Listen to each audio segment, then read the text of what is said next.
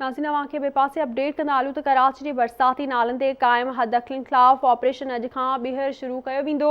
मंज़ूर कॉलोनी खां शुरू थींदड़ ऑपरेशन में अणवणंदड़ सूरतहाल खे मुंहुं ॾियण लाइ रेंजर्स ऐं पुलिस जी नफ़री मुक़ररु कई वई आहे। अवांखे अपडेट करे रहिया आहियूं। ब्रेकिंग न्यूज़ आहे त कराची जे बरसाती नालनि ते क़ाइमु हद अखियुनि ख़िलाफ़ ऑपरेशन अॼु खां ॿीहर शुरू थी वेंदो।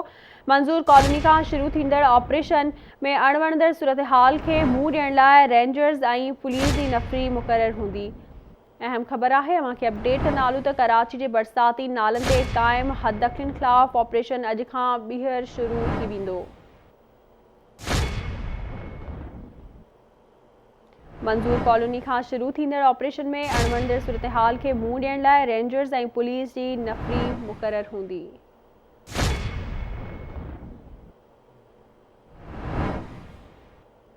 अवांखे अपडेट कंदा हलूं। अहम ख़बर आहे त कराची जे बरसाती नालनि ते क़ाइमु हद अखियुनि ख़िलाफ़ ऑपरेशन अॼु खां ॿीहर शुरू कयो वेंदो।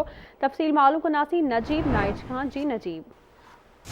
जी बिल्कुल, बरसाती नालनि जे ख़िलाफ़ जेको पहिरियां ऑपरेशन हलंदड़ हुयो उनखे ॿीहर जेको आहे शुरू करण जो फ़ैसिलो कयो वियो आहे ऐं उन हवाले सां जेको आहे हुकुम बि जारी कया विया आहिनि ऐं केतिरनि ई एरियाज़ में जेको आहे उन हवाले सां ऑपरेशन बाज़ाब्ता शुरू बि थी चुको आहे, जंहिंमें फेडरल जेको आहे कुझु डिपार्टमेंट उनखां अलावा सिंध पुलिस ऐं ॿिया जेके खाता आहिनि उहे शामिल आहिनि हिन ऑपरेशन में।